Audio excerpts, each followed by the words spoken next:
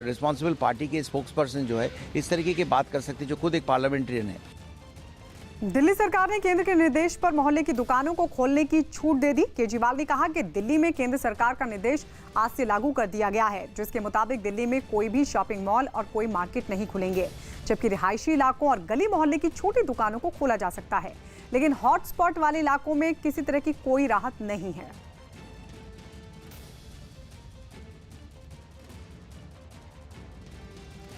जो essential services की दुकानें थी, दवाई की दुकान, किराने की दुकान, खाने पीने की दुकान, सब्जियों की, फ्रूट्स की दुकान, दूध की सर्विसेज, वो जो एसेंशियल सर्विसेज हैं वो तो जारी रहेंगी, उसको कोई छेड़ नहीं रहा, वो एज इट इज़ जारी रहेंगी, वो खुली रहेंगी, वो सप्लाई होती रहेंगी। इसके अलावा कोई मार्केट नहीं खोले जाएंगे, कोई डीडीए मार्केट नहीं खुलेगा, कोई ये मार्केट वो मार्केट, कोई मार्केट नहीं खुलेंगे, कोई शॉपिंग मॉल नहीं खुलेंगे, कोई मार्केट कॉम्प्लेक्स नहीं खुलेंगे। दिल्ली में लॉकडाउन के दौरान कई दुकानों को खोलने के आदेश दिल्ली सरकार की तरफ से दिए गए हैं, जिनमें गली मोहल्लों की दुकानें हैं जहां पर खोल सकते हैं। यहां पर आप देख सकते हैं कई दुकानें ऐसी हैं जहां पर दुकानें जो है नहीं खुली हैं और कुछ दुकानें जो है आधा शटर खोलकर लोग खोल रहे हैं, क्योंकि आदेश जो है अभी तक लोगों को ये नहीं पता चल पाया है कि दुकानें खोल सकते हैं, क्योंकि ज़रूरत जो आवश्यक चीज़ें हैं वो खोल सकते हैं। आपकी दुकान खुली है, ये कब से खोल रहे हैं आप? मैं तो अभी सफाई वगैरह करने के लिए आया था, दुकान बंद है, 1.5 महीने दुकान बंद पड़ी यहाँ पे जो है, तो मैं थोड़ा झाड़ू वाला मालूम बहुत गंदगी सी हो रही थी, इसलिए आया था मैं। दिल्ली सरकार ने एक दिन पहले आदेश दिया है कि दुकानें खोल सकते हैं, अब आप लोग बोला है बात, तो आप लोगों को जानकारी है ऐसी भी? नहीं, मुझे कोई जानकारी ऐसे नहीं मिली। सारी दुकान मार्केट सारी बंद पड़ी है ऐसे, तो हम अकेले कैसे खोल सकते हैं? मैं तो मैं बड़ा दुकान जा रहा हूँ मैं जो है। तो ये वो लोग दुकानदार हैं जिनको अभी तक आदेश की भी सही तरीके से जानकारी नहीं है, लेकिन यहाँ पर आप देख सकते हैं किराना स्टोर्स खुले हैं, ग्रोसर्स की शॉप जो है वो खुली हैं। मैं आपको दिल्ली सरकार को अभी अपना जो आदेश दिया गया है उसमें कुछ लोगों तक जानकारी पहुँचाने का कोई माध्यम तय करना होगा, ताकि हर दुकानदार तक ये बात पहुँचे कि वो दुकान खोलें और कितने समय तक वो खोलें और किस तरह के उन्हें गाइडलाइन दी जाएगी। कैमरामैन विमल के साथ दीपक बिष्ट, न्यूज़ 18 इंडिया, दिल्ली। देश में पिछले 24 घंटे में कोरोना के 1990 मरीज सामने आए हैं, जबकि 49 लोगों की मौत हो गई है। देश में पिछले 24 घंटों में बढ़े मरीजों का ये अब तक का सबसे बड़ा आंकड़ा है, जबकि अब तक 26,496 मरीज सामने आ चुके हैं, जिसमें लगभग 69% मामले सिर्फ 27 जिलों में सामने आए हैं। कोरोना के अब तक 5,804 मरीज ठीक हो चुके हैं, जबकि 824 लोगों की मौत हुई है।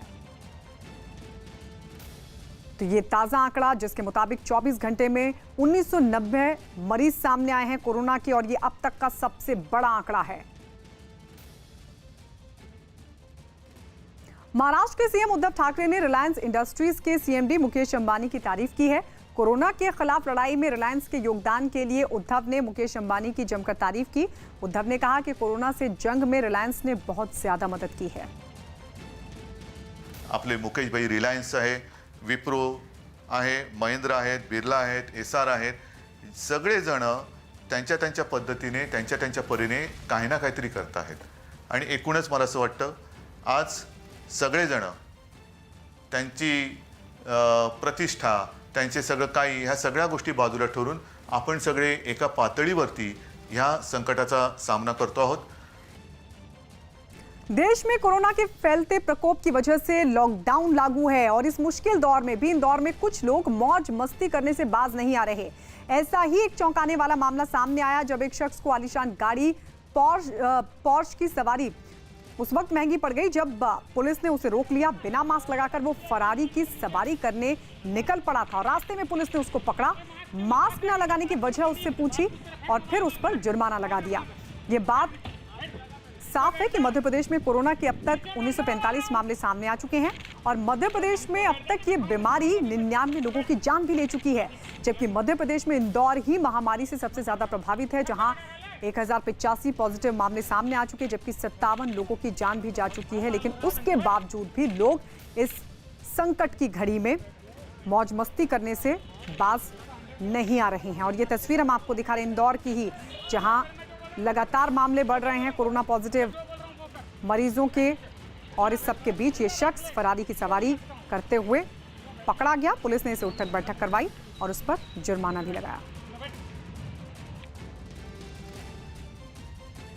महाराष्ट्र के जलगांव में भयानक आग लग गई। महाराष्ट्र इंडस्ट्रियल डेवलपमेंट कॉरपोरेशन के इलाके में आज दोपहर के वक्त जबरदस्त आग लग गई। आग बुझाने के लिए फायर ब्रिगेड की 4 गाड़ियां मौके पर पहुंची। ये आग कैसे लगी, इसको लेकर कोई भी पुख्ता जानकारी नहीं मिल सकी है। इस आग में जानमाल का कितना नुकसान हुआ, फिलहाल पुलिस और प्रशासन इसका पता लगा रहा है।